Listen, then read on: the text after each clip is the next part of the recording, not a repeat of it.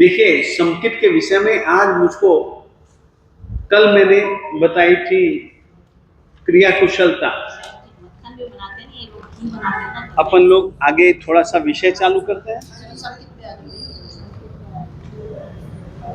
एक अगला विषय है चौथा आभूषण, अंतरंग भक्ति। चौथा विषय है अंतरंग भक्ति, अरिहंत परमात्मा के प्रति। और अरिहंत परमात्मा ने साधु साध्वियों के जीने के लिए जो आचार संहिता बतलाई और उस ढंग से जो जीते हैं, ऐसों के प्रति हृदय में भक्ति चाहिए। उसका नाम होता है अंतरंग भक्ति। हृदय में यदि नहीं है तो बाहर लगभग दिखावा होगा, और यदि हृदय में होगा ना तो वो कार्य हमेशा होता रहेगा। हमारी भक्ति बहिरंग है, अंतरंग भक्ति कैसी होती है? छोटा सा उदाहरण देना चाहता हूं, बहुत छोटा सा।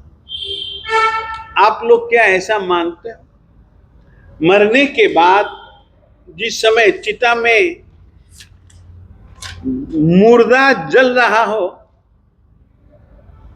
उस समय जलते हुए मुर्दे में से भी वीर वीर की आवाज आती हो, ऐसा क्या अपन लोग मान सकते हैं? नहीं मान सकते। परंतु जिसने जिंदगी भर तक अरिहंत को अपना अंतरंग साथी बनाया, तो वो मरा। तो मरा कब? जब वो वीर वीर वीर वीर वीर वीर वीर वीर वीर वीर वीर वीर जप रहा था, और इतने दिल से जप रहा था कि वाणी तन और मन एक था उसका। तो जब मरा तो तन में तो वीर ही रहा ना, खून में तो वीर ही रहा ना, तो वीर नहीं आएगा तो क्या होगा? इसका नाम होता है अंतरंग भक्ति। इसका नाम होता है अंतरंग भक्ति, दिल से भक्ति की जाती। देखिएगा, चौथा आभूषण है अंतरंग भक्ति। 2 लाइनें ऊपर की छोड़ दो। श्लोक का अर्थ है, अरिहंत भगवंतों साधु साध्वियों की यथा योग्य आंतरिक भक्ति करना, यह संकेत के गुण को चमकाने वाला एक आंतरिक भक्ति नामक भूषण। भक्ति किसको कहते हैं? भक्ति अर्थात गुरुओं के सामने जाना, उनके लिए आसन बिछाना, आसन उठाना, सेवा करना, अंजलिबद्ध प्रणाम करना, वे कहीं जाएं तो उनके पीछे चलना, उनकी उपधि लेना, उनसे दंड ग्रहण करना आदि। अब ये क्या है? एक साधु को अंतरंग भक्ति का स्वरूप में बतला रहे हैं। तो मैंने ये शब्द ज्यों के त्यों जो उसमें लिखा है वैसे का वैसा मैं लिख कर दिया। यानी कि गुरु के प्रति कितना विनय, कितना समर्पण। वो जब बुलाए और हम बिल्कुल अनसुना कैसे कर सकते हैं? यदि हमारे दिल में अंतरंग भक्ति है, हम 1000 काम छोड़ करके आएंगे। यहां पर ये कर्म बैठा है, मुझको जरूरत है, मैंने टेलीफोन किया, मैंने कहा कर्म मेरा दान बच्चा तू आ जा। इसने पता क्या, जितनी जल्दी से जल्दी मैं आ सकता हूंगा उतनी जल्दी आ जाए। पूछा कब तक हो, मैंने कहा मैं इस तारीख तक हूं। तो ठीक है, जितनी जल्दी से जल्दी मैं आ सकता हूंगा आ जाए। ये चीज किस चीज की निशानी है? यदि मेरे प्रति इसके दिल में भाव ही ना हो, अपना धंधा पानी छोड़ करके तो आता है। क्यों आता? यदि अंतरंग हृदय में भक्ति भाव ना हो तो वो आएगा क्यों? तो इसका नाम है अंतरंग भक्ति।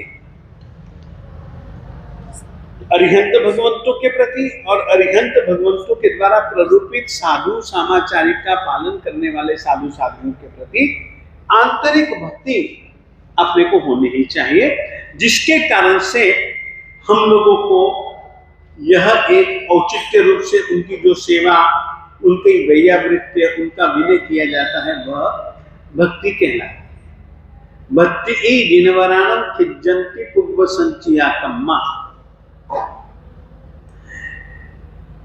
क्षीण पिज्ज दोषानम, जिन्होंने अपने राग और द्वेष का क्षीण यानी कि नष्ट कर दिया है, ऐसे जिनेंद्र व परमात्मा के प्रति परमोच्च, परम यानी कि उच्चतम श्रेष्ठतम भावों से की हुई भक्ति के कारण से जीव को आरोग्य स्वस्थता प्राप्त होती है, सम्यक बोधि की प्राप्ति होती है और अंत में उनके प्रति अंतरंग भक्ति होने के कारण से उसकी जब मौत होती है तो समाधि मरण होती है।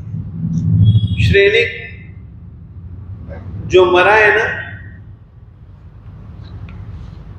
अंगूठी थी, अंगूठी को चूस करके मरा है।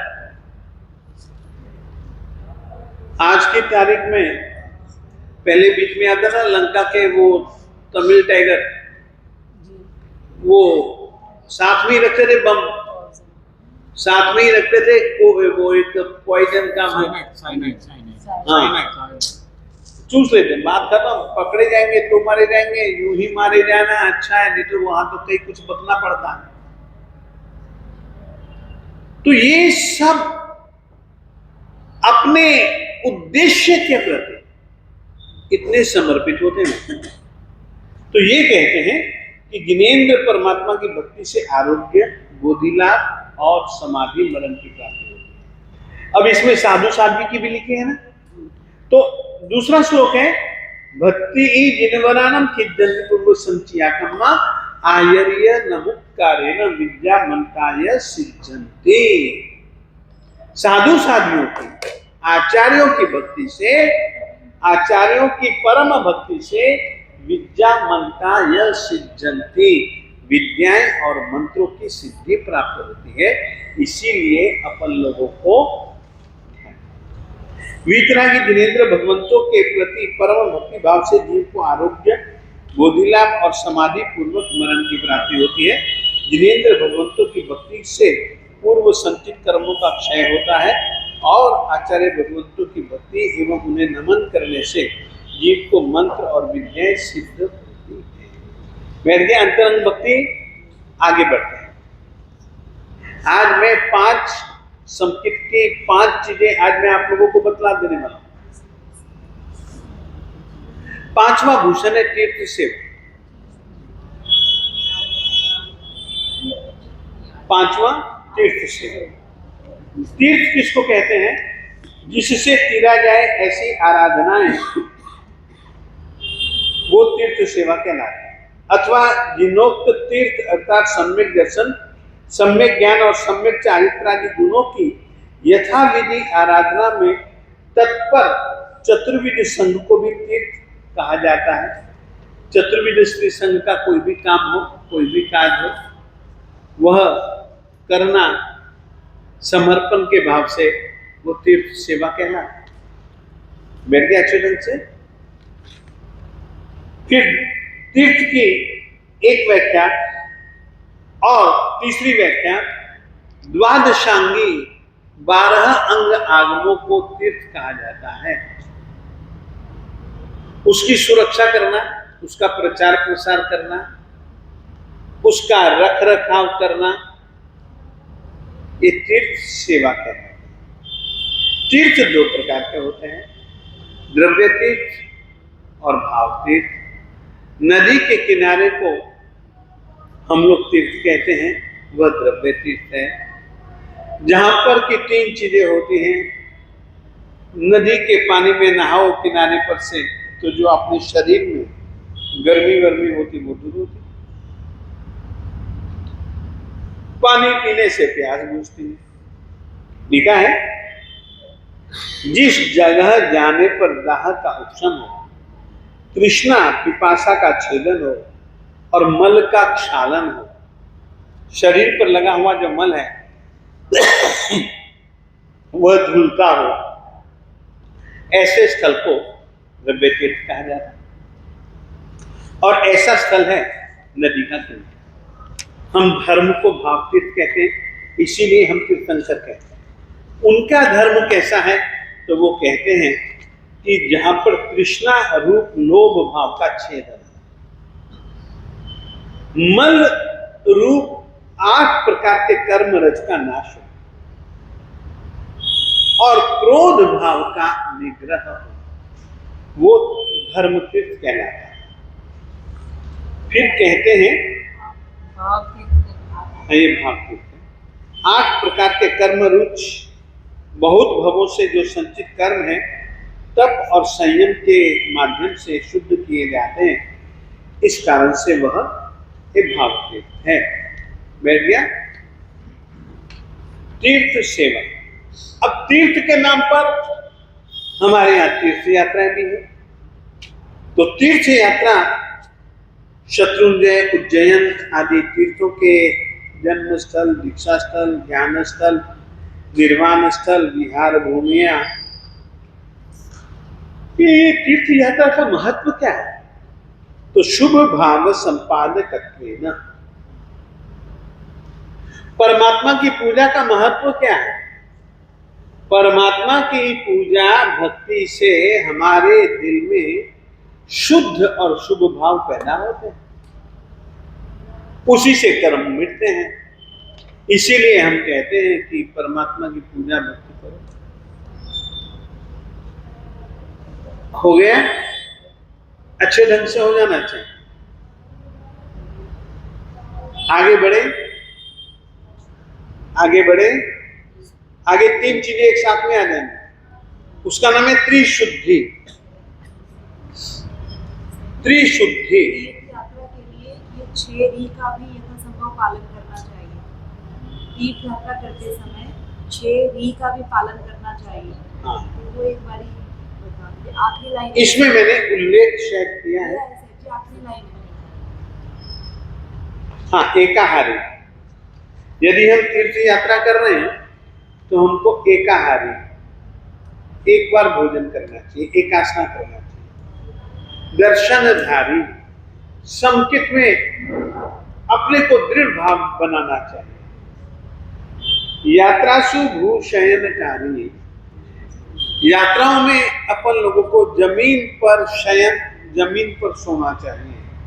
सचित्त परिहारी, सचित्त वस्तुओं का त्याग करना चाहिए, पैदल चलना चाहिए और ब्रह्मचर्य का पालन करना चाहिए। ये तीर्थ यात्रा से संबंधित नियमावली इतनी होनी चाहिए। बैठ गया अच्छे ढंग से? त्रिशुद्धि का प्रकरण लूं, वो एकदम 2 वाक्यों में त्रिशुद्धि की बात कह देना चाहता हूं। सबसे पहले तो त्रिशुद्धि, अपन अकेले तो जीते नहीं, भीड़ में जीते हैं, लोगों के साथ में जीते हैं, लोक में जीते हुए न जाने हमको कैसे कैसे कैसे कैसे कैसे कैसे इच्छा से या अनिच्छा से कई काम करने पड़ते हैं। कई काम अपन लोग जबरदस्ती से करते हैं। और आपको कहना चाहता हूं, अनुव्रतों को लेने के लिए 6 अभिगम होते हैं। कितने? 6 अभिगम होते हैं। पंचमिया अभिगम के 6वीं है? 6 प्रकार के अभिगम होते हैं। गणा भी हो, राजा भी हो, बला भी हो, वो आएंगे इसमें। यानी कि ऐसे संयोगों में यदि आपको संकित के अंतर्गत जो आपने लिए नियम, तो आप उससे विपरीत काम कर सकते हैं। कारण ये हो, तो वो 6 कारणों की चर्चा आएगी। अब ये त्रिशुद्धि के प्रकरण में हम जीते हुए कई बार ऐसे हमको चित्त में विचार पैदा होते हैं, शरीर से हम ऐसे कायाक से हम काम कर बैठते हैं, मन से, वाणी से, काया से ऐसे पाप कर लेते हैं कि दिल में लगता है कि यार ये तो मेरे से गलत हो गया, दुष्कृत हो गया। तो समकित के विषय में यदि आप लोगों को इस प्रकार से लगे कि यार मेरा तो समकित दूषित हो गया, तो फिर आप लोग क्या करेंगे? उसको शुद्ध करने का प्रयास करेंगे और समकित की शुद्धि से अपना श्रावक धर्म, अपना साधु धर्म ये शुद्ध हो जाएगा।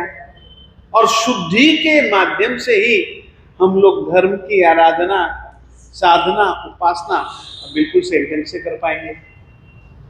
तो शुद्धि की प्रक्रिया के लिए 3 तरीके का विचार आप लोगों को विचारना है, केवल 3 विचार। जगत में सार क्या है? अरिहंत परमात्मा सार है, वे सभी दोषों से मुक्त हैं, 18 दोषों से मुक्त हैं, 34 अतिशय 35 वाणी के गुणों से युक्त हैं। उनमें किसी भी प्रकार के घाती कर्म की छाया नहीं, इसीलिए उनको झूठ बोलने का कोई अवसर ही नहीं आएगा।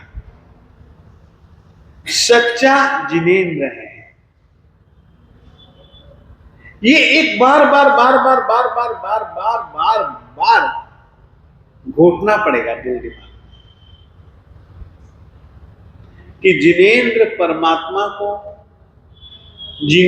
परमात्मा के द्वारा प्ररूपित धर्म को और जिनेंद्र परमात्मा की आज्ञा का पालन करने वाले ऐसे साधु साध्वियों के सिवाय संसार में जो कुछ भी है वो सब कचरा है। इस तरीके से बार बार विचार करते रहने से आप लोगों के दिल दिमागों में जिनेंद्र परमात्मा के प्रति, जिन मत के प्रति और जिन मत में स्थिर बने हुए साधु साध्वियों के सिवाय अन्य किसी के भी प्रति आपके दिल दिमाग में श्रद्धा नहीं होगी। संसार कचरा है ऐसा मान करके जिएगी। ये 3 प्रकार के शुद्धि है। जिनेंद्र परमात्मा को छोड़ करके, जिनेंद्र परमात्मा के द्वारा प्ररूपित जो सिद्धांत है जिसको कि हम जिन मत कहते हैं, उसको छोड़ करके और जिनेंद्र परमात्मा के द्वारा प्ररूपित सिद्धांतों में जो स्थिर हैं उनको छोड़ करके बाकी सब कुछ कच्चवारम, कचरा है। इस तरीके से मान करके जीना सम्यक्त्व की विशुद्धि का कारण है। सम्यक्त्व की विशुद्धि से ही आत्म साधना की ओर हम बढ़ पाते हैं। इस कारण से यह 3 शुद्धि है। जिनेंद्र परमात्मा के द्वारा प्ररूपित सिद्धांत और जिनेंद्र परमात्मा के द्वारा प्ररूपित साध्वी धर्म का पालन करने वाले, उनके सिवाय शेष कचरा। स्वीकार करने योग्य अगर कोई चीज है तो वो यह ही चीज है। इस तरीके से विचारना ये सम्यक्त्व की विशुद्धि का कारण है। इसके कारण से जो हमारी आत्मा में जो मलिनता है समकित के ऊपर, वो दूर होती है। तो इस तरीके से आज मैंने आप लोगों को समकित के 5 गुण आप लोगों को बताएं। तो इस ढंग से आप लोगों को ख्याल रखना चाहिए। आज इतना ही रखते हैं क्योंकि जरा